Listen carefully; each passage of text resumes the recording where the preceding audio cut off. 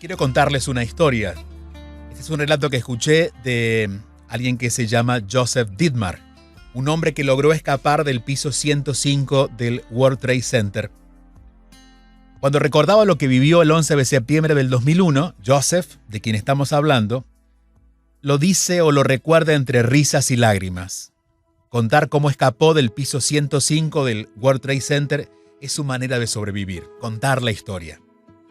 La historia de su descenso de esos 105 pisos, que conserva 20 años después como una memoria fotográfica, como si lo estuviera viviendo, se asemeja realmente a una epopeya, pero trágica. Este padre de 4 hijos, que asistía ese día a una reunión de corredores de seguro en una sala sin ventanas de la Torre Sur, de las Torres Gemelas, debe su supervivencia a decisiones que tomó en segundos. Cuando el primer avión secuestrado por los terroristas se estrelló contra la Torre Norte, los 54 participantes de esa reunión donde estaba Joseph solo percibieron una luz, una fuerte luz. En el piso 90, tras escuchar varios llamados para evacuar, vieron por una ventana el drama de la Torre Norte. Dice él que fueron los peores 30 segundos de su vida, que vio muebles, papeles, gente que se precipitaba al vacío, cosas aterradoras, terribles. Tuve mucho miedo, cuenta Joseph. Él había nacido en Filadelfia, pero en ese momento vivía en Chicago y estaba de visita en la ciudad. Y recuerda haber pensado en aquel momento, cada vez que vengo a esta ciudad pasa algo, cada vez que vengo a Nueva York pasa algo. Claro, no se imaginaba realmente lo que estaba pasando. Regresó a las escaleras y se topó con un colega, un gigante exjugador de fútbol americano llamado Ludwig Picarro, que iba al baño y claro, no sobrevivió. En el piso 78, una colega le gritó que se tomara con ella el ascensor express para bajar más rápido, pero él, como buen corredor de seguros, sabía que en esos casos hay que evitar el ascensor y se abalanzó por la escalera. Lo que hoy recuerda fue la mejor decisión que tomó en su vida. En aquel momento, entre el piso 74 y 75, la caja de la escalera comenzó a oscilar violentamente. Recuerda, por ejemplo, que los pasamanos se desprendían de la pared, que los escalones ondulaban bajo sus pies como si fueran olas del océano, y que sintió como una pared de calor, y es que al comenzar a oler a combustible, se dio cuenta que algo más grave estaba pasando. Otro avión acababa de estrellarse ahora contra su torre, por encima de ellos, allí nomás, entre los pisos 77 y 82. Hoy él se pregunta, ¿de dónde saqué tanta fortaleza? ¿Cómo pude ser tan fuerte? Porque a pesar del miedo, se acuerda de una solidaridad increíble. Por ejemplo, entre sus memorias está un hombre que cargaba a una mujer discapacitada en la espalda. Él iba más lento, pero quería llevarla a ella. Las lágrimas le regresan cuando evoca a los verdaderos héroes. Él le llama verdaderos héroes a las personas que se cruzó en la escalera en esos 50 minutos de descenso. 50 minutos hasta llegar al primer piso. Esos verdaderos héroes eran los bomberos y rescatistas del piso 31 que subían a contracorriente para salvar a las personas atrapadas. Y él le llama verdaderos héroes porque él sabía que esas personas que iban a rescatar estaban claros que iban a perder su vida, que no regresarían. ¿Cómo podemos ser tan valientes y tan fuertes? Todavía se pregunta él. En el piso 15, escuchó a un guardia de seguridad cantar por el megáfono God Bless America, mientras urgía a evacuar el edificio, pero lo hacía con humor. Dice él que cantaba muy mal, pero intentaba distender el ánimo de las personas como aquel capitán del Titanic que hacía tocar a sus músicos mientras la gente embarcaba en los botes de emergencia. Al llegar a la planta baja, Joseph y un colega atravesaron el centro comercial subterráneo en el World Trade Center y salieron a la superficie, a la calle. De pronto sintieron un estruendo detrás suyo. Era el colapso de la Torre Sur. Había caído. Escucharon los gritos de decenas de miles de personas y dice que ese ruido, esos gritos, todavía parece escucharlos cada mañana cuando se despierta. Aún hoy, 20 años después. Joseph ha contado su historia muchas veces, cientos de veces, desde que ocurrió esto hace 20 años hasta hoy en las escuelas de todo el país. Dice que es su terapia, que es una forma de sobrevivir, poder contar la historia. Tiene la fecha 9/11 tatuada en su muñeca, un prendedor de las Torres Gemelas en el cuello de la chaqueta y una piedra que acaricia siempre en el bolsillo. El 911 lo acompaña como una sombra, se hace presente en todo en su vida. Hay que decir también que Joseph es diabético y que este año tuvo COVID, pero resistió. Y con la ayuda de su mujer, se puso a comer más sano, a caminar 5 kilómetros por día y llegó a perder este año 23 kilos. La pandemia, un poco como el 11 de septiembre, lo transformó. Y desde hace 20 años se sigue diciendo todos los días que hay que seguir adelante. Y aquí estamos, navegando en las historias que hace 20 años fueron protagonistas de la vida de todos nosotros, no importa dónde estemos. Así lo narraba en aquel momento en diferentes puntos del planeta, en este caso en España. Así lo contaba Antena 3, que para ellos ya era prácticamente el mediodía. Hola, buenas tardes, Matías. Se acaba de producir hace escasos minutos, poca información. Podemos aportar, una avioneta parece que se ha estrellado contra una de las torres gemelas en el tramo del piso 80 al 107. Son torres que tienen 107 pisos, las más altas del mundo. Puedo ver en estos momentos cómo está la cúpula de la torre, absolutamente envuelta en humo. De muchas ventanas salen lenguas de fuego. No se sabe si hay heridos, es una zona financiera. Son oficinas, debe haber víctimas a la vista de la magnitud del fuego y del humo, y hasta este momento se desconoce si ha sido un accidente o un acto terrorista. Claro, nadie entendía qué estaba pasando.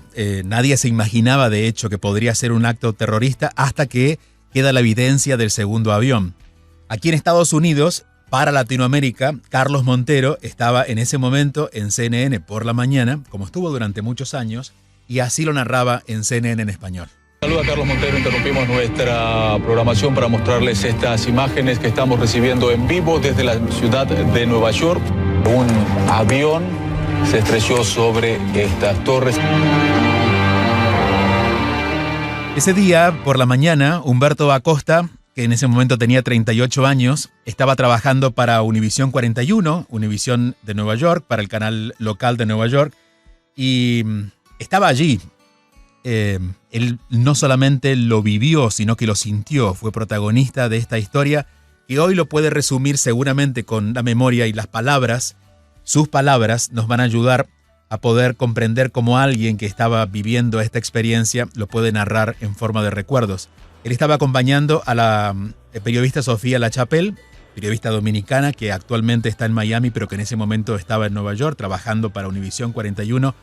Y con su asistente de cámara empezaron a ver toda esta locura, hoy hace ya 20 años. Humberto, que está en New Jersey, ¿verdad? Humberto, ¿cómo estás? Buenas noches. Saludos y gracias por su invitación a compartir estas memorias que quedaron marcadas para siempre en las mentes de todo el mundo, porque esto quedó marcado en sí para todo el mundo. Humberto, ¿qué hacías allí? Porque entiendo que estaba en una asignación que no necesariamente tenía que ver con las torres. Bueno, fíjate, estábamos cubriendo las elecciones para la alcaldía de la ciudad de Nueva York y por primera vez estaba corriendo Fernando Ferrer, un latino, para ser alcalde de la ciudad de Nueva York en contra de Michael Bloomberg. Y precisamente terminamos nuestra faena política en la mañana y nos dirigimos a Washington High, que es la parte más dominicana de Nueva York, que es la 178, y ahí nos disponíamos a tomar un desayuno cuando recibimos una llamada de la mesa de asignaciones en donde nos indicaban de que una avioneta se acababa de estrellar contra el World Trade Center. Y nos dirigimos, estamos muy cerca de ahí, y nos dirigimos, y cuando ya vamos como a 5 bloques de llegar a las torres, que la vemos en fuego, vemos el segundo avión donde viene entrando en la parte oeste de New Jersey hacia Nueva York, y impacta la torre. Ahí fue cuando nos dimos cuenta de que esto no era un accidente, esto era terrorismo, era lo que estaba pasando. ¿Qué pasó por tu cabeza en ese momento? Porque entiendo, y esto, claro, ustedes están preparados para presenciar hasta guerras, pero claro, estabas en Nueva York, en tu ciudad, esto era inimaginable y a su vez no estabas en función de eso. Digo, no puedo imaginarme qué pensamientos en ese momento logran aparecer. No sé, me puse como en un movimiento de una adrenalina que me corría por el cuerpo, que lo único que me interesaba a mí era grabar todo el evento y estaba dispuesto hasta exponer mi vida, porque uno no sabía de verdad de que esas torres iban a caer. Y nos llegamos hasta lo que se llama el pie de la torre, cuando yo veo que se me pierde mi ID, y me regreso un bloque hacia atrás, es cuando Sofía se dispone para ir en vivo y la torre cae, pero Sofía desconoce de que la torre ha caído y eso es una mole que viene con vidrio, venía polvo, venía concreto, venía de todo eso revuelto, era como un volcán cuando eructa, así venía llevándose a todo a su paso.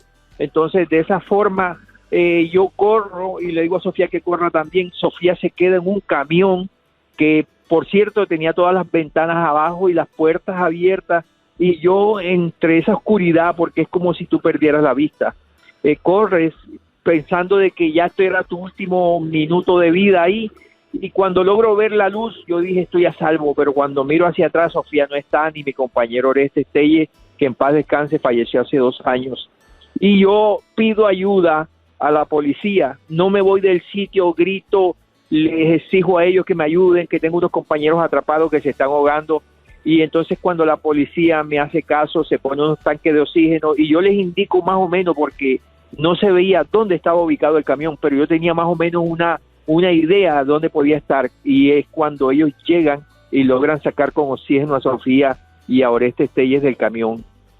Mientras tanto, imagino, pudiste presenciar cuando las personas, y esto lo vimos luego a través de las cámaras, en las grabaciones, las personas se tiraban literalmente del edificio. Tú estabas allí. Eso.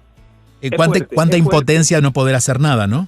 Exactamente, así me sentía yo. Yo quería tener una malla gigante para aguantarlos y me preguntaba por qué saltan, pero me imaginé, yo dije, ese es el calor que no aguantan de las llamas del avión, de la gasolina del avión.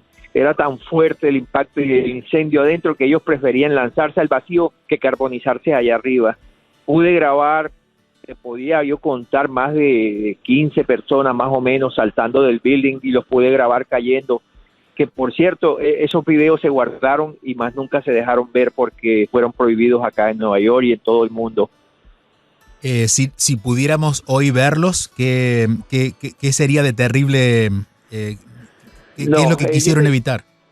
Yo siempre pongo como ejemplo, porque el que lo pudo vivir es el que tiene esa pesadilla y recuerda esos momentos horribles que pasaron esas personas.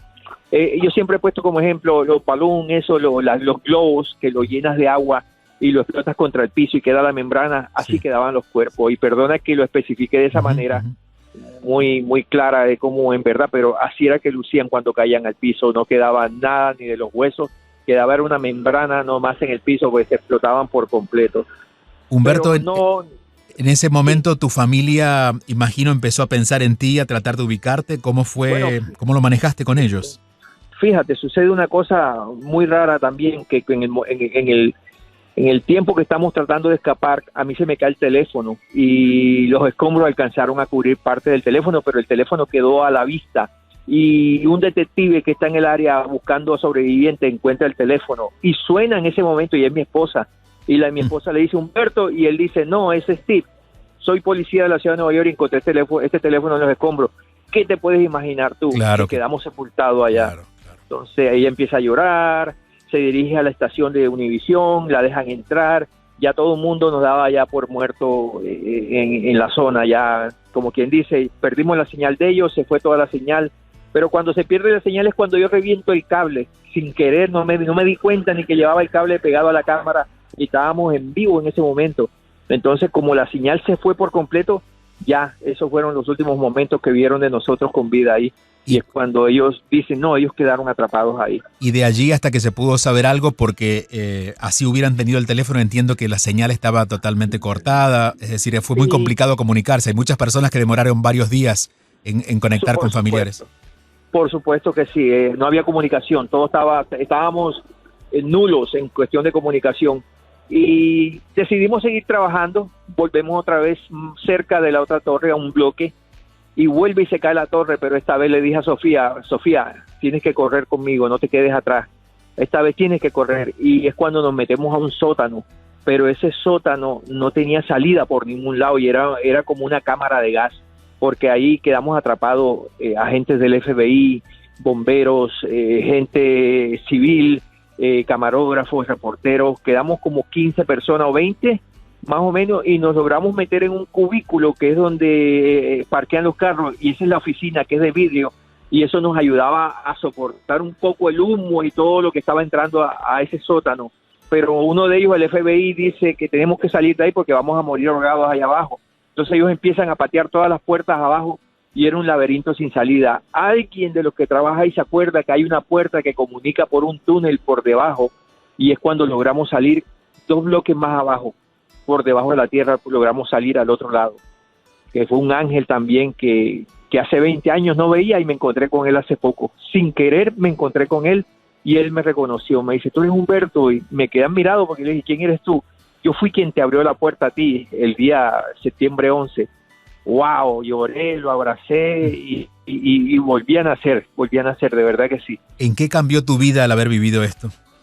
Wow, aquí donde estoy tengo la garganta así entumida de volver a recordar ese momento. Cambió mi vida, aprecio más la vida, quiero a mis hijos, los adoro, a mi esposa, a mi familia, a mi madre, mis hermanos. Miro la vida, trato de hacer el bien. Siempre he sido una buena persona, siempre mis padres me educaron y siempre me enseñaron a hacer el bien. Y como que aprecio más, y al que pueda aconsejarlo aconsejo, al que pueda ayudarlo ayudo. Y la vida es corta. Yo sobreviví a septiembre 11 y después 2 meses más tarde me toca el vuelo 587 de American Airlines, donde perecieron casi la mayoría de dominicanos. Y después más tarde, ahora con esta pandemia, caigo en un hospital con el COVID, 7 días hospitalizado. Entonces Dios me ha dado 3 oportunidades en la vida que las tengo que saber apreciar, y por algo estoy acá. No sé qué me tendrá más adelante, pero sigo aquí en pie y sigo trabajando todavía en lo que me gusta a mí, que es camarógrafo. ¿Cómo sientes también que la relación con tu profesión cambió? Porque imagino, y esto solamente de alguien que no ha vivido una tragedia, que de un trabajo se transforma ahora en un lugar de servicio, ¿no? Te conviertes ese lugar de trabajo en un lugar donde empiezas a servir a otras personas, y no solamente vas allí a hacer tus tareas y a buscar tu salario, sino a servir a tu comunidad.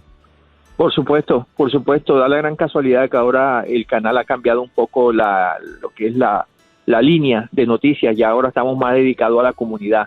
Ya no cubrimos esas noticias fuertes como incendios, como asesinatos, y el turno mío es de 3 de la mañana a 11 del día, que es el peor turno porque tú ves lo peor a esa hora. Claro. Si no son atracos, son incendios; si no son incendios, son accidentes de gente tomada. Entonces ya como que ha mermado un poco, y como que uno se siente más alivianado. Y son 40 años trabajando en esto, que no he visto yo. Tengo para escribir libros y libros en todo esto.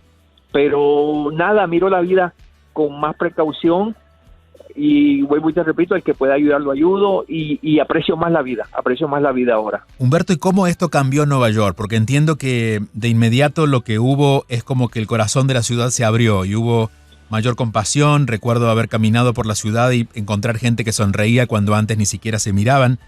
Sí. Y la ciudad se va cambiando, y entiendo que después por el COVID también ha tenido otra vuelta, ¿no? ¿Cómo está Nueva York hoy en relación a esos 20 años? Nueva York ha cambiado mucho. Nueva York ya no es el Nueva York que conocimos en los años 70 y 80. Nueva York es otra ciudad. Ahora es una ciudad como que tienes, cuando caminas tienes que tener como 20 ojos en tu cabeza para mirar hacia adelante, hacia atrás. No sabes quién va a explotar algo, quién va a venir con un daño, y se han visto tantas cosas fuera de lugar ahí en esa ciudad que tienes que estar muy precavido. O sea, ya la ciudad no es aquella famosa ciudad que todo el mundo anhelaba ver. Aún y así siguen llegando turistas, pero ya vienen más precavidos, vienen porque saben que la ciudad de Nueva York es un target para ellos, para los terroristas, es un blanco para ellos. Eso va a seguir siéndolo mientras ellos sigan pensando en destruir a este país. Y entonces ya vives un poco más precavido, ya no es la misma ciudad. Yo vivo en New Jersey, pero ya no frecuento mucho Nueva York. Mientras lo pueda evitar, lo evito. Pero sí, ha cambiado mucho. Decías que tenías hijos, ¿qué edad tienen ahora?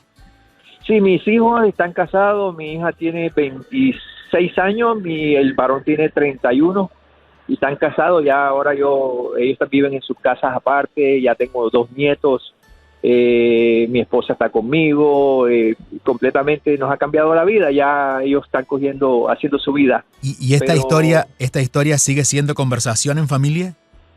Fíjate, trato de no hablarlo porque ellos sufrieron mucho este evento, lo sufrieron demasiado, entonces trato de no tocarle el tema. Cuando se acercan estas fechas así que son conmemoración a septiembre 11, Mi esposa sí mira los documentales y ella me mira nomás, pero no me dice nada. Yo sé que por dentro dirá, gracias Señor porque estás aquí hoy día al lado mío. Pero sí, trato de evitarlo. Y es más, ya a partir de este es mi primer año que juré no volver a trabajar más en septiembre 11. Cuando uno mira hacia atrás la vida, uno puede entender que a veces las cosas como estas tragedias cobran otro sentido a lo largo del tiempo. Es decir, a veces se sufren menos y se entienden más. Hoy, 20 años después, mirando lo que ocurrió y mirando tu vida inmersa en esa situación, ¿cómo lo ves desde este momento, más allá del recuerdo de lo vivido? ¿Cómo, con la madurez de estos 20 años más de vida, cómo lo puedes masticar diferente hoy? Bueno, me dejó marcado por siempre, porque nunca lo voy a olvidar. No sé, lo miro. Desearía devolver el tiempo, eso es lo único que yo deseo, es devolver el tiempo y no haber estado ahí y que esto nunca hubiera pasado. Lo digo así de corazón, siempre pienso en eso y creo que lo hace madurar a uno mucho, tanto de sentimiento como apreciar todas las cosas. Y nada, con mucha precaución, lo miro de esa forma, de verdad, como un poco más precavido en la vida. Cuando las tragedias marcan, uno dice que la mirada sobre las cosas de la vida se vuelve mucho más precisa, es decir, uno ya deja pasar aquellas cosas más banales y pone atención en lo que realmente es importante. Hoy, claro, ya con tus años y esta experiencia de vida que fue tan única, porque si bien nos tocó a todos, ustedes lo vivieron de cerca. ¿Qué cosas tienes claro ya en tu vida? ¿Qué cosas ya no vas a negociar más? ¿Cuáles son las prioridades más importantes? ¿Qué es lo que ya, pensando en lo que nunca más harías? Y me refiero a cosas individuales, particulares, en las decisiones, a veces en los errores cotidianos que uno comete. ¿Qué cosas ya dices que no? Bueno, una de esas sería lo principal, tratar de evitar de estar envuelto, que si sé que sucede algo parecido, no voy a estar por ahí cerca, al contrario, me voy a alejar lo más pronto posible de ese lugar. Segundo, yo siempre he sido muy fanático de los autos clásicos y he tenido colecciones de autos y me miro como que en un futuro, ya con edad avanzada, con mi negocio de autos clásicos así, que no tenga que ver nada con cámara, que no tenga que ver nada con periodismo. O sea, quizás eso me marcó, que el día que yo deje esto me voy a sentir súper feliz. Ahora cumplo porque lo vivo y siempre adoré esta carrera y empecé muy joven en esto, pero si me retiro me voy a retirar feliz. Cumplí con lo que me propuse y cumplí al pie de la palabra y me siento súper bien porque logré salvar 2 vidas, que es Sofía y Orestes, de ese lugar, de ese infierno. Decíamos recién, Sofía es Sofía Lachapelle, quien está viviendo en Miami y trabaja de reportera ahora en Telemundo, te acompañaba en aquel momento en Univisión 41, y Oreste es tu asistente de cámara, que falleció, decías, hace un par de años, ¿no? De cáncer, sí, hace 2 años falleció. Y por ejemplo, en el caso de Sofía, que era tu compañera de trabajo, ¿cómo cambió la relación entre ustedes el haber, estado tan cerca de la muerte? Somos hermanos. Claro. Somos hermanos ahora mismo y como que nos queremos más, nos comunicamos más. Sofía acaba de tener una pérdida muy grande, perdió a su padre hace poco. Y Sofía se regresó a Santo Domingo, ella está en Santo Domingo ahora. Pero siempre estamos en comunicación, siempre nos estamos hablando y ella siempre me ha dicho, tú eres mi ángel, Humberto, Dios te mandó. Y porque ella pudo verlo en video, o sea, una cosa es que le contaran, ¿sabes qué? Este camarógrafo tuyo se volvió loco buscando ayuda para que lo sacaran ustedes. No, ella lo vio en el video y fue cuando más todavía se aferró a mí y dice, Humberto, ¿por qué tú nunca corriste y nos dejaste y te olvidaste de nosotros? Le dijo, éramos 3, teníamos que salir los 3, teníamos que salir de ahí de alguna forma. Y si yo tenía la oportunidad de hacerlo, yo me iba a quedar hasta lo último, así me costara la vida también. Pero yo tenía que sacarlos a ustedes de ahí. Y mantenemos una muy buena relación. Nos hablamos mucho, sí. Entiendo que ese día tú no apagaste la cámara y quedó grabado mucho de lo que ni sabías que estaba grabándose y lo pudiste ver después, ¿no? Wow, sí, hay cosas que todavía no he visto. que quedaron grabados ahí, y ahora que los compañeros míos, yo les entregué los tapes para que ellos hicieran el transfer, todos lloraron en los cuartos de edición y me dicen, Humberto, ¿tú has visto todos los cassettes tuyos? Yo le dije, no, yo grabé nomás y poco que pude ver es lo que sale al aire, pero ahora van a sacar unos documentales mañana sábado que van a ver cosas inéditas que dice que son impresionantes, y yo tampoco las he visto, o sea que yo voy a estar mañana en casa prendiendo mi televisión y mirar qué es lo que yo grabé que nunca pude ver. Lo vi en mis ojos, pero son tantas cosas que grabé que no recuerdo exacto qué era lo que yo grababa, y yo tengo más o menos un cálculo como de, yo te diría 4 horas de grabación, 4 horas de grabación, desde que cayeron las torres hasta que se acaban los heridos, hasta que cayó la noche, hasta el amanecer del otro día, y después todo lo que era recogiendo los escombros. Estuve en el lugar donde sacaban los huesitos, los dedos, los celulares, para poder identificar a las personas. Se llama Landfill, está localizado en Staten Island. Eso es un cementerio de todos los autos, todas las partes de los cuerpos, todo eso se mantiene hermético y cerrado, que es donde pudieron descubrir a quién pertenecía este pedacito de carne, a quién pertenecía este anillo, a quién pertenecía este reloj. Todo eso lo tengo grabado yo en video, todito. Que siempre se me han acercado productores y me han propuesto que porque yo no hago un documental para beneficio. Le dije, no, yo no voy a sacar de esta tragedia un beneficio para yo hacer dinero. No lo considero justo, porque aquí perdieron la vida casi 3,000 personas, y no creo que yo me tengo que beneficiar en base a muertes de estas personas, no. Y siempre me he negado. Estamos conversando con Humberto Acosta, es camarógrafo, tenía 38 años cuando estaba en Nueva York, cercano a la zona cero, y se acerca en el momento en que caían las torres. Fue registrando esto junto a Sofía Lachapelle, en ese momento para el Univisión 41, y su asistente de cámara con Noreste. Nos está contando lo que vivió y lo que sintió, que creo que son dos formas de vivir, ¿no? Una cosa es lo que uno puede recordar en la vista, a veces la vista no alcanza para cubrir tanto, pero lo que uno siente queda grabado a lo largo del resto de la vida. Vamos a, si te parece, Oreste, yo sé, Humberto, sé que estás trabajando, entiendo que estás en Univisión ahora, no sé si estás en horario de trabajo, pero si te proponemos quedarte unos minutos más con nosotros, porque nos gustaría abrir líneas con nuestra audiencia y que podamos compartir dos cosas, que nuestra audiencia nos cuente cómo se ha sentido escuchando esta historia, reviviendo esto contigo, y también que nos cuenten cómo fue tu vivencia ese día, qué pasó en ellos, porque fue parte de la vida de todos, ¿no? Así que te agradecemos. Es el 305-410-1040, 305-410-1040. Tenemos que hacer una breve pausa, pero vamos a ir a la pausa con unos audios que hemos recopilado, que Zairina ha estado recopilando hoy, cómo en diferentes partes del mundo se dio a conocer la noticia. En este caso es una cadena de televisión chilena que están hablando en su programa de televisión y de repente interrumpen esa conversación para reportar lo que estaba ocurriendo en Nueva York. Que nosotros ya estamos teniendo y hemos captado de que la madre hacer esto lo más natural posible en el fondo, pero doctor, disculpe un poquito, Jorge, Margo, tenemos una contacto urgente con nuestro departamento de prensa. 24 horas informa.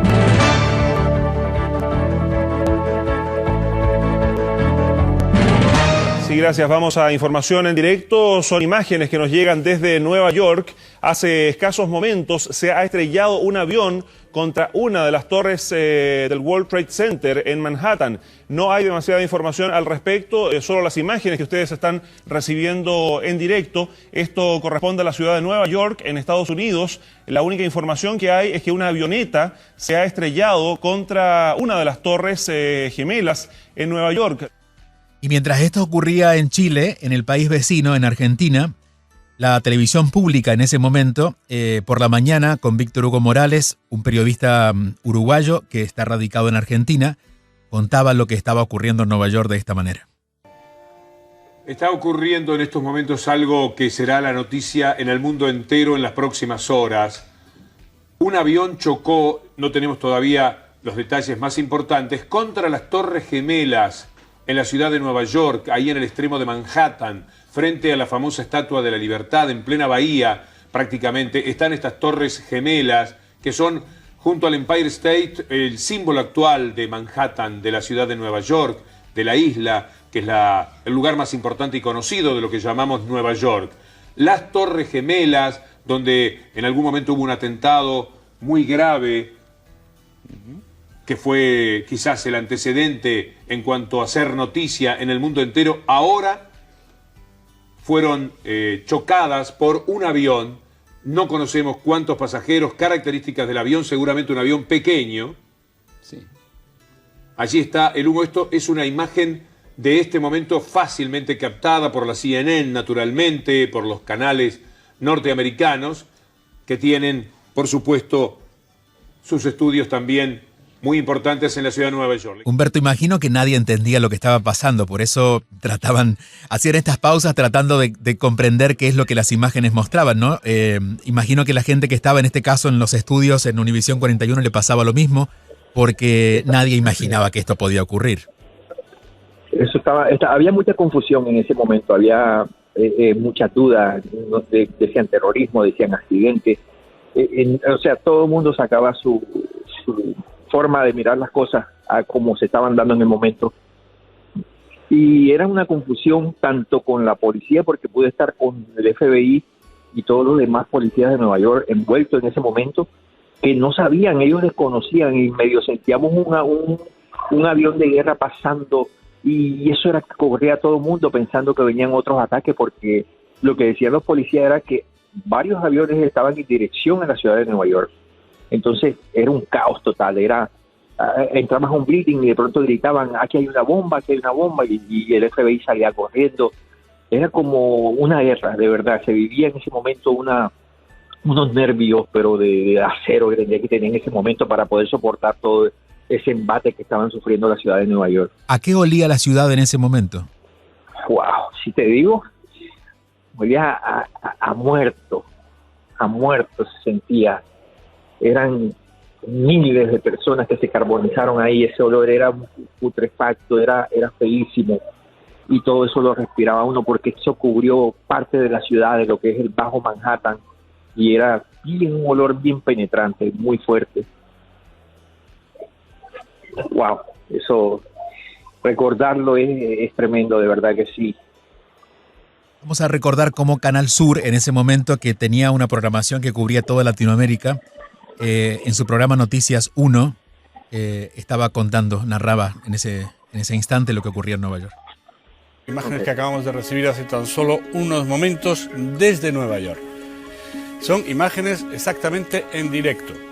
Un avión de pequeño tamaño se ha estrellado esta mañana contra las Torres Gemelas, contra el World Trade Center de Nueva York, provocando numerosos destrozos, como pueden ver en las últimas plantas del edificio, que se encuentran en llamas.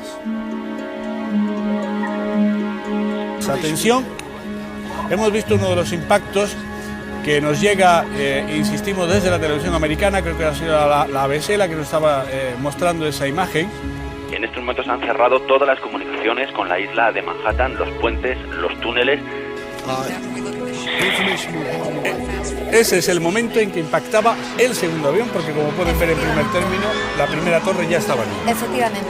Las cifras son bastante aleatorias, desde luego no bajan de 5.000 según todas las estimaciones. He oído una explosión muy grande, el edificio ha empezado a oscilar, pero muchísimo, de un sitio para otro. He mirado, me he levantado, claro, he intentado salir fuera para ver si mi compañera estaba bien, y cuando he mirado fuera por la ventana he visto que caían trozos de algo, no sabía si de un avión o de edificio o de qué. No tenía ni idea de lo que estaba pasando. Corriendo hemos salido por las escaleras. Esto es como Paco Gamero, periodista de Canal Sur. Canal Sur es un canal regional de España, muy visto, como decía, en aquel momento en todo el país y también en Latinoamérica, y ellos narraban la historia. Estamos hablando con Humberto Acosta. Humberto está en New Jersey, él vivió ese día en Nueva York, él vive actualmente en New Jersey, trabajaba para Univisión 41 y vivió todo el proceso. Vamos a ir a Oscar. Oscar está, entiendo, en Carolina del Norte. Oscar, ¿cómo estás? Buenas noches. Aló, Julio, muy buenas noches, y al héroe, al caballero, buenas noches. Una muy buena manera de ponerlo, sí, yo creo que son de estos héroes y ángeles, ¿no? Depende de dónde lo mires. La fortaleza de un héroe y la nobleza de un ángel, tal como lo decía Sofía. ¿Dónde estabas tú ese día, Oscar? Bueno, esta fecha año tras año me trae, a pesar de que yo no estuve ahí en el área, me trae mucho a la memoria porque yo vivía en ese tiempo en el área de New Jersey, en un pueblito llamado Palisades Park. Uh-huh. Resulta de que yo en ese tiempo trabajaba en Cluster, New Jersey, en un car wash, y nosotros, pues claro, eso ocurrió 9:40, algo así, entre las 9:10, uno no se la creía hasta que veía uno las imágenes. El negocio se bajó de que no venían clientes, no venían nada, porque todo el mundo estaba impactado. Nos dedicamos a ver las imágenes tan tristes, pero lo más triste de todo esto es que cuando ya salimos en la tarde, el tráfico de llegar desde Cluster hasta Palisades Park fue caótico, era caótico porque todo el mundo al haber cerrado todos las vías de acceso a Nueva York, la gente que trabajaba en New Jersey, que vivía en Nueva York, estaba loca, no sabiendo qué hacer. Cloister está en el norte de Manhattan y tenían que cruzar, imagino, por el Washington Bridge, que es al norte de la isla, ¿no?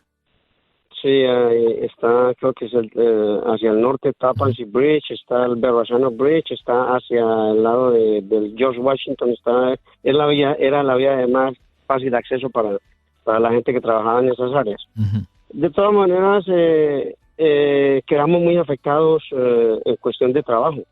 En cuestión de trabajo todo se cayó, no había negocio, las limos, que era todo, o sea, la limusina, el negocio, todo eso, se cayó el negocio para el car wash.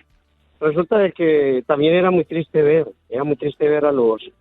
al departamento de bomberos que estaban trabajando allá en el área y venían luego a que nosotros les laváramos sus carros llenos de polvo, de escombro. Ellos venían bañados en ese polvo, definitivamente nos tocó mucho, y producto de eso me tocó a mí moverme de área. Desde el 2001, empezando el 2002, me moví para acá, para Charlotte, tengo 20 años acá, porque el trabajo ya se cayó del todo. No te vayas, Oscar. Humberto, ¿pensaste en dejar la profesión cuando pasó esto?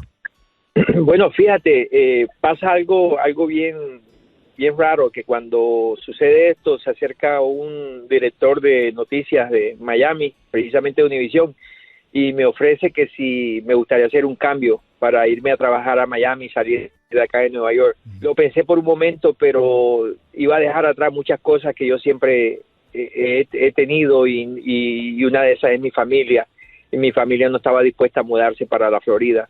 Entonces sí estuve tentado a hacerlo, porque quería como que alejarme en ese tiempo de todo este holocausto que había pasado, y lo pensé por días, y tomé la decisión de seguir, y aquí estamos, hermano, en la lucha todavía en la calle, llevando las noticias. Y hoy, cuando el terrorismo sigue activo y está pasando lo que está pasando en el mundo, en tu corazón, imagino no hay resentimiento porque no lo siento, pero ¿cómo ves tú, cómo sigues viendo cuando el terrorismo sigue activo, cuando nuestro país sigue todavía con la amenaza latente de que algo pueda pasar? Es como cuando uno trabaja en la calle, como nosotros, que estamos en el ojo del huracán, como por decirlo así. Siempre estás con esa malicia de que en cualquier momento puede suceder algo, y puede suceder, porque eso es latente y las amenazas siguen todavía vivas, y entonces yo siempre me entrego en las manos de Dios. Siempre me voy a trabajar, pero en manos de mis ángeles y de Dios. Soy muy católico y creyente, y creo que si estoy aquí es por obra de Dios. Te agradecemos mucho por este tiempo, el compartido con nosotros, pero además todo este tiempo que habla de 40 años dedicados a una profesión con mucha valentía, el no haber nunca bajado los brazos y el poder inspirarnos, porque decíamos antes que cuando vienen tragedias nos cambian, pero a veces nos cierran, nos enojan, nos encierran, ¿no? Nos ponen mal. Y en tu caso siento que has encontrado, quizás siempre ha estado, pero ha hecho que esa flor de tu corazón, que siempre ha estado siendo generosa al cuidar a tus compañeros y demás, hoy te hace sentir que estás viviendo plenamente, ¿no? Se te nota en tu serenidad, en tu tranquilidad, en tu propósito. Así que nos encanta haber compartido contigo. Muchas gracias a ustedes por tenerme, y bendiciones para todos. Gracias, Humberto. Un fuerte abrazo. Humberto Acosta tenía 38 años cuando cayeron las torres, estaba trabajando allí y pasó todo un día acompañando a Sofía Lachapelle, que era la reportera en ese momento para Univisión 41, periodista dominicana, y junto a Oreste, su asistente de cámara, que falleció hace 2 años. Y la memoria, si bien siempre nos va a traer recuerdos, hay recuerdos que son permanentes. Digo que no pertenecen al tiempo, pertenecen a la eternidad, porque siempre tienen que estar presentes en las conversaciones, en las enseñanzas para las próximas generaciones, en lo que ya no debería ser. Vamos a saludar también a Oscar, que estaba en línea. Oscar, aprovecho a preguntarte qué haces en aquel estado escuchando nuestra radio a esta hora. Estamos en Miami.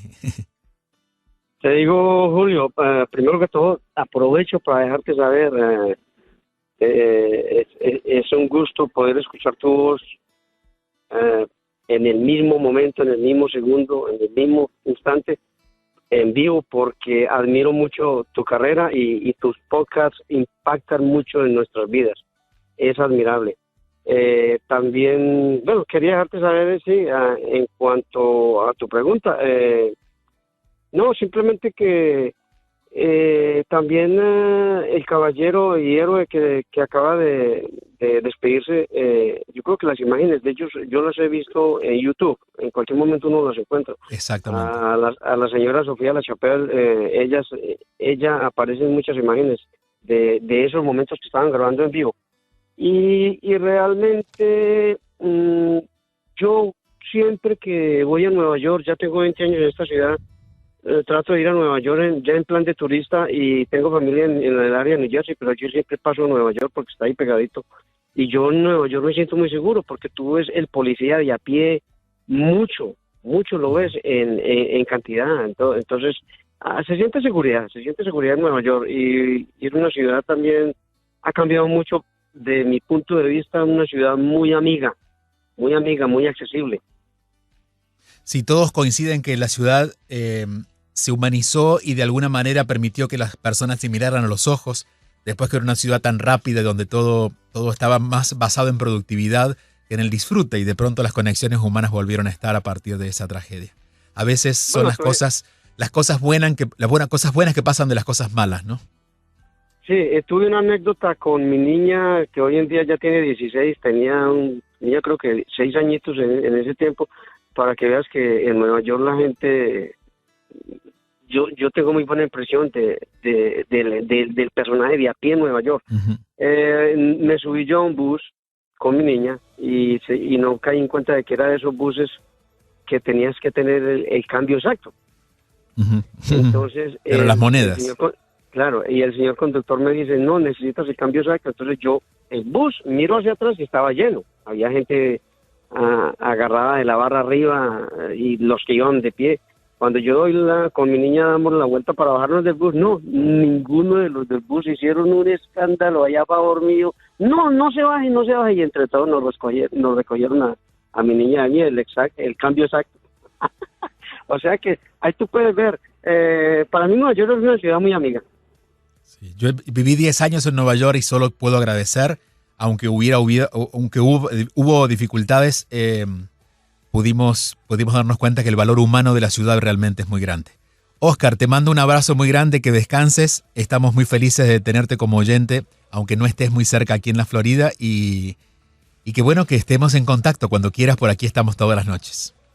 Claro, soy fanático de la radio, en AM, en la que sea, pero me encanta la radio hablada y me encantan tus podcasts. Que tengas muy buena noche. Gracias por tomar mi llamada. Buenas noches. Gracias. Oscar está en Carolina del Norte y vamos ya en la recta final del programa, pero no queremos irnos sin tener una buena noticia. Vamos a hablar de Emmanuel Kelly. Emmanuel Kelly se ha convertido en una sensación mediática después que dio su audición en X Factor. X Factor es como el American Idol, esta vez la versión australiana, y allí cantó Imagine. Y claro, nos preguntaremos por qué es una buena noticia que alguien joven esté cantando Imagine en Australia. La historia es mucho más grande. Emmanuel Kelly fue encontrado en Irak cuando era un bebé, medio muerto, en una caja de zapatos. Fue encontrado por un par de soldados. De hecho, él no sabe el día que nació, no había certificado de nacimiento, tampoco sabía su nombre, no sabía su número de pasaporte, no tenía identidad. Entonces, es un milagro que hoy queremos celebrar. Fue llevado por estos soldados a un orfanato, el orfanato de la Madre Teresa, y luego llevado a Bagdad, donde conoció a su ahora hermano Ahmed. Ahmed en realidad no era su hermano de sangre, pero parece que cuando llegaron a este orfanato, los dos decidieron hacer una hermandad. Emmanuel y Ahmed pasaron los siguientes 7 años y medio como hijos de la guerra, porque sus cuerpos no eran como los demás.